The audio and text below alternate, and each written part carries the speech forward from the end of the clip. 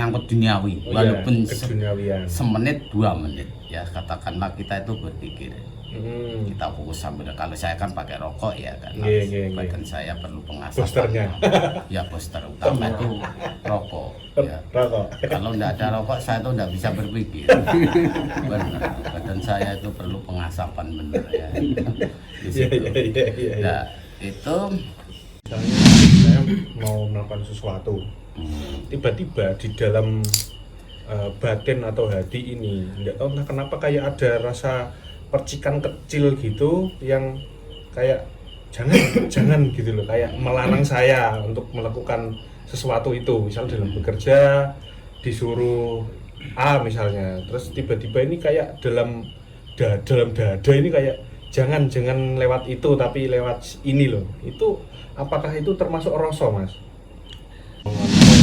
Sebenarnya kita itu dikontrol oleh rasa kita gitu. ya, betul. Seperti diperingati jangan seperti itu, nanti seperti ini loh. Akhirnya kita diberikan akibat dari perbuatan kita itu biasanya di hati atau di pikiran kan kayak gitu. Nah, karena gitu kan peranan pikiran kan sangat kuat sehari-hari. Ini kita itu harus ada kerjaan, kita harus bisa mengendalikan.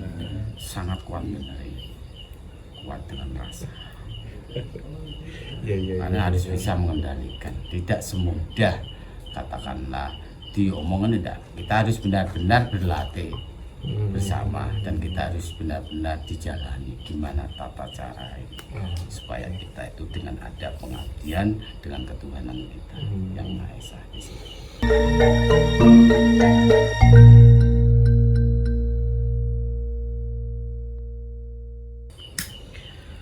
Mas, bagaimana cara memulai olah rasa? Apa yang harus dipersiapkan?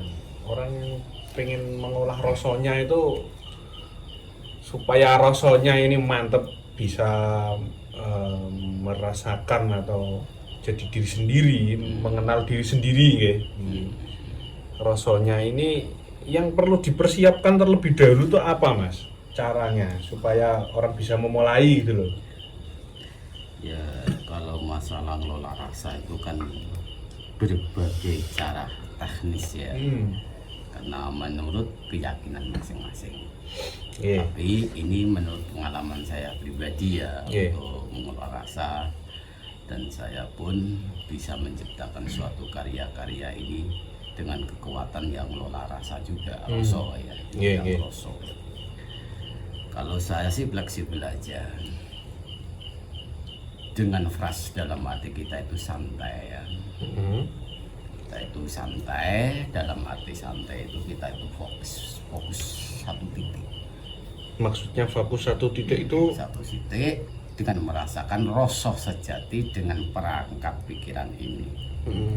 Dengan digabungkan perasaan rasa sejati manunggal marang Gusti. Itu cara bahasaku ya, bahasa saya. Kalau secara logis kita itu santai, dalam arti santai kita sambil ngerokok pun bisa. Tapi kita harus bisa mengendalikan mental atau perasaan yang menyangkut jasmani, jasmani ya, masuk menyangkut duniawi, walaupun semenit 2 menit ya, katakanlah kita itu berpikir kita fokus sambil, kalau saya kan pakai rokok ya kan, badan saya perlu pengasapan ya, poster utama itu rokok ya. Kalau tidak ada rokok saya tuh tidak bisa berpikir. Benar, badan saya itu perlu pengasapan, benar ya. Di situ. Nah itu dengan enjoy lah, biar pernapasan ini berjalan opo mestine, tapi kita tuh sambil hening. Ya, kita tuh merenung, dalam arti merenung, merasakan rasa sejati dengan diri kita sendiri, dipadukan hati yang paling luput, hati yang paling dalam, itu akan terwujud.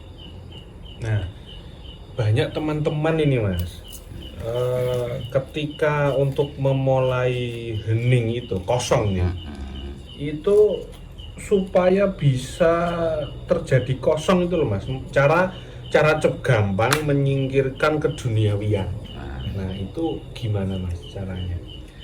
Yaitu kalau kita tuh pakai teknis misalnya secara apa ya, logika kamu harus gini gini gini, itu kadang-kadang kita itu tidak pedok. Saya juga pernah belajar seperti itu. Tapi kalau kita itu dengan sendirinya, dengan menyatukan jiwa raga sukma kita dengan rasa sejati, dengan enjoy lah, apapun pasti terjawab dan yakin dengan menurut keyakinan Anda ya. Misalnya kita itu diam. Nah, itu kurasa enggak, kita kan ini perlu belajar ya, ini belajar. Kadang-kala sadatnya itu apa sih, sekejap ya, atau apa? Bahasa Indonesia ini apa sih? Mak betundu. Ya, klibet toh. Saklebatan. Nah, di situ. Ini kan belajar saya dulu ya di situ. Sama juga saya mewujudkan suatu gambar. Ini sadatnya dalam hati saya itu cuma fokus, dalam hati saya fokus, pikiran saya, rasa sejati dengan hati saya antara sukmo, rogo, intak, manunggal. Walaupun itu berapa detik, itulah yang saya wujudkan di situ. Dengan ketenangan kita sendiri. Tapi kalau dulunya saya itu pakai praktek dari teman-teman saya, kamu harus ini, kamu harus tarik napas ini, malah saya itu tidak bisa. Karena konsentrasinya terganggu oleh nafas itu. Nah, tapi saya ini cara saya itu sambil tiduran kan, waktu itu malah santai-santai. Kalau saya itu berbaring gitu, santai. Itu malah dulunya seperti itu. Malah sampai sekarang pun sambil ngerokok pun bisa.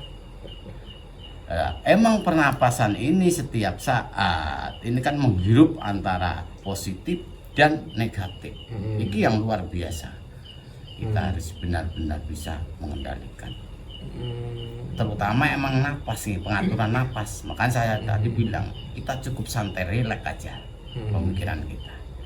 Jangan kemerungsung, santai. Kalau dalam arti santai di waktu kamu ngapain lah atau berwirid atau apa, dengan enjoy, tidak ada tekanan maksud saya. Jadi intinya selama kita ini santai, pokoknya sebisa mungkin, sesantai mungkin, posisi seenak mungkin, akan otomatis kita bisa masuk ke dalam itu ya. Ya itu tadi yang dibilang alam Ning bawah sana, nung gung. Gung kan terwujud dalam hati. Gung ini jangan bisa mewujudkan suatu gambaran atau suatu apalah di situ, media apa atau apa ya. Nang ning gung. Gung ini dalamnya ada titik di situ. Kataan. Perkataan hatinya jenang kalau dalam syariat ya Rasul, ya Rasulullah. Perilaku Rasulullah akan terwujud dalam dengan perkataan Tuhan, ketuhanan kita. Itu berarti untuk cara memulai yang pertama kan seperti itu. Nah, terus selanjutnya Mas, kalau kita sudah hening, jadi menggunakan rasa kita untuk membaca situasi kehidupan sehari-hari. Nah, selanjutnya karena kita itu di dalam arti kita itu udah merasakan rasa ya, rasa yang sejati. Ya kita terus jalani terus dengan sendirinya kehidupan kita. Nanti Anda bisa merasakan. Karena rasa yang sejati ini rasa manunggali Gusti, wong Jawa kan ngucapin ngono ya. Dadi manunggali Allah marang Gusti sak temene apa yang dikatakan perilaku dengan kebenaran sehari-hari dengan membaca suasana keadaan alam sehari-hari. Kita harus graeto dengan nang ninggung, di situ akan terjadi ketentraman, keharuman, keharmonisan dalam kehidupan di situ kan. Itu semacam gini Mas, misalnya saya mau melakukan sesuatu, tiba-tiba di dalam batin atau hati ini nggak tahu entah kenapa kayak ada rasa percikan kecil gitu yang kayak jangan gitu loh, kayak melarang saya untuk melakukan sesuatu itu. Misal dalam bekerja disuruh A misalnya, terus tiba-tiba ini kayak dalam dada ini kayak jangan lewat itu tapi lewat ini loh. Itu apakah itu termasuk rasa, Mas? Belum tentu juga. Oh, belum tentu juga. Karena gini, yang itu tadi Anda bilang gitu kan rasa di hati. Itu kebaikan atau kecelakaan? Ya kebaikan kan dalam ya. bekerja. Kalau kebaikan bekerja sih, kalau menurut Anda jalani tidak apa-apa, tapi kalau mengakibatkan sesuatu yang mencelakakan yang harus dilawan itu. Ya. Karena gini, nafsu itu bukan secara logika aja. Nafsu itu bukan di akal pikiran, bukan di itu aja, tapi bisa masuk ke hati kita. Di alam sana pun tidak mempunyai pikiran, kenapa mempunyai nafsu? Sama juga, ini secara halus. Contohnya gini, misalnya saya ini karena saya mempunyai beban masalah, beban mental lah, banyak ya, banyak pikiran. Benar kata hati saya ini, wah saya harus gini-gini, ternyata ada sodokan. Sebetulnya saya harus jalan ke sini, tapi ini nafsu saya. Kesini saya ini ingin bekerja, kesini saya mau nepi togel, kata-kata bertogel. Ini nafsu juga, nafsu secara pokoknya menurut rasa yang sejati itu intinya adalah untuk kebaikan dan kebenaran untuk diri kita sendiri, untuk mengayomi diri kita sendiri, dan untuk mengayomi orang lain, bahkan satu keluarga. Oh, berarti termasuk yang mengontrol. Sebenarnya kita itu dikontrol oleh rasa kita gitu. Iya, betul. Seperti diperingati jangan seperti itu, nanti seperti ini loh. Akhirnya kita diberikan akibat dari perbuatan kita itu biasanya di hati atau di pikiran kan kayak gitu. Nah, karena gitu kan peranan pikiran kan sangat kuat sehari-hari. Ini kita itu harus ada kerjaan, kita harus bisa mengendalikan. Sangat kuat mengendalikan. Kuat dengan rasa. Karena harus bisa mengendalikan. Tidak semudah katakanlah diomongin, tidak. Kita harus benar-benar berlatih bersama, dan kita harus benar-benar dijalani gimana tata cara ini supaya kita itu dengan ada pengabdian dengan ketuhanan kita yang Maha Esa. Berarti pertama itu kita untuk membukanya adalah dengan cara hening tadi. Nah, untuk bisa diaplikasikan ke kehidupan sehari-hari. Betul.